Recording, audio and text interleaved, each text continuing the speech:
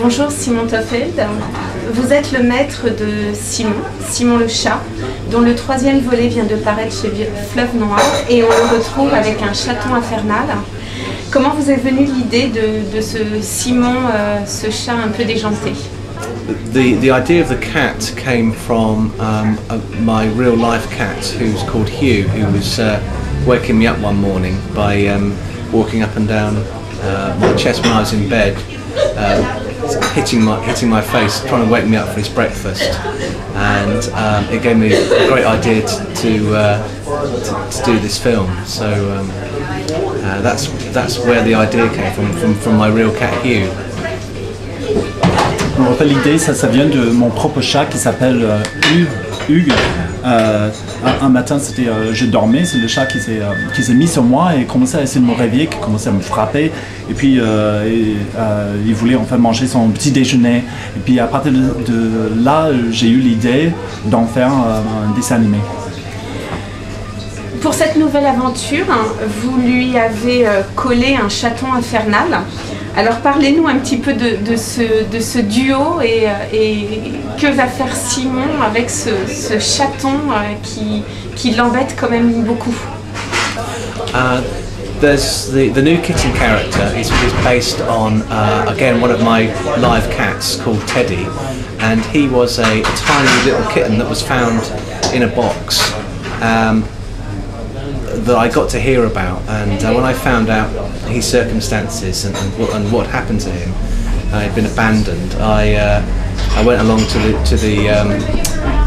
the rescue home and got it. So it's based on a sort of real life story really. And so in the book, the kitten starts off by sort of finding him in a box, and that's the true life story of how Teddy came to be in my house really. And also, when I brought him in, I've got 3 other cats, and they all own the house basically. So when I brought the new little kitten in, it was funny to watch the sort of hierarchy and their little games they play about who's the boss, and that gave me great material to put into my new book. And so it's all about how cats react with each other. My other books have been how the cat reacts with me, but how they react with each other. They use different language and different body language and different noises. So, but in the book it's great because you can have them all fluffed up and angry, and so it was great fun for me because I hadn't actually drawn that side of the cats before. So that's basically where he came from. Donc en fait, le nouveau personnage, c'est Teddy. En fait, c'est tiré de mon 2e chat. En fait, c'est mon chat qui s'appelle Teddy. C'est le nouveau personnage, c'est inspiré de Teddy. Et dans le livre, c'était Teddy, il est retrouvé dans une boîte. Et en fait, c'est exactement comment le mien, il a été retrouvé. On m'a raconté qu'il y avait un petit chaton. C'était retrouvé dans un carton. Je suis allé à l'endroit où c'était dans la maison où gardaient les chats qui ont été récupérés. En fait, il avait été abandonné. Et c'est devenu en fait le chaton dans le nouveau tome. Et en fait, le reste du livre, en fait, c'est inspiré de la réaction, l'interaction entre le chaton chez moi et mes chats à moi. En fait, j'ai 3 chats qui la maison chez nous, c'est chez eux, c'est leur maison. Et donc, quand le chaton est arrivé dans la maison, Simon habite chez ses chats en fait. Oui, c'est ça. C'est Simon qui habite. J'habite chez mes chats et maintenant, c'est un chaton qui est venu chez eux aussi. À partir de ça, j'ai revu l'interaction entre les 3 chats et le nouveau chaton, et j'ai tiré la matière de ça pour créer le nouveau livre. Et en fait, ce livre-là, les 2 premiers livres, c'était plutôt sur l'interaction entre moi et mon chat. Et là, maintenant, c'est l'interaction entre le nouveau chat, le nouvel arrivé, et les 3 chats qui existaient déjà. Et donc, dans le livre, entre le chat de Simon et le nouveau chaton. Et c'était là, il y a la possibilité de faire beaucoup plus d'animation au niveau du langage corporel avec le chaton et le chat, qui se gonfle quand il y a un conflit, et la hiérarchie entre les nouveaux chats. Et on voit bien l'évolution des relations entre les chats. Au départ, ils se font un peu peur l'un l'autre.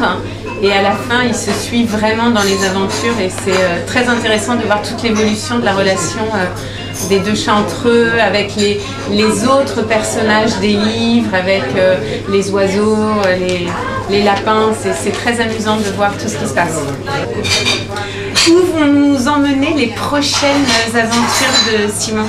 The big question. I don't know at the moment.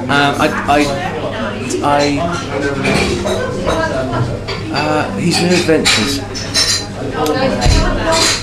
I think.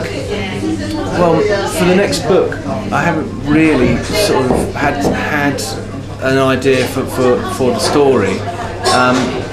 The good thing about it is that with every book there's more characters, so I've got more and more characters to call upon. You know, there's the big rabbit in this book, and the gnome, and all the birds, and so every book there's more and more characters for them to bounce off.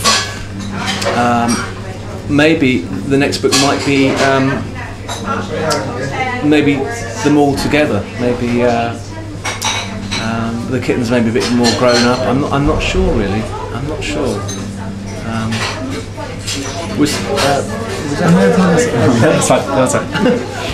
Ah oui, effectivement, c'est une grande question. Je ne sais pas. Pour l'instant, je ne sais pas exactement où ça va aller, ou ce qui va arriver. J'ai pas encore l'idée pour le prochain livre. Ce qui est bien, c'est que dans chaque livre, il y a de plus en plus de personnages, donc peut-être il y aura plus d'aventures entre les nouveaux personnages. Il y a, par exemple, dans le dernier livre, il y a un grand lapin. Il y a aussi le nain de jardin. J'aime beaucoup, moi j'aime beaucoup le nain de jardin. She likes the gnome quite a bit. Yeah. Et il y a les oiseaux. Donc peut-être que la prochaine fois on va les voir tous ensemble. Peut-être que le chaton va grandir un petit peu. Je ne sais pas encore. Je ne sais pas. En tout cas, merci à vous parce que c'est un livre très très agréable pour toute la famille. Aussi bien, c'est un cadeau qu'on peut faire aussi bien aux grands, aux très grands, aux petits, aux tout petits. Et c'est vraiment un très beau livre pour partager, pour toute la famille. C'est super. Thank you very much. Thank you, Simon. Merci. Thank you. Confidentiel.com, le site réservé aux femmes.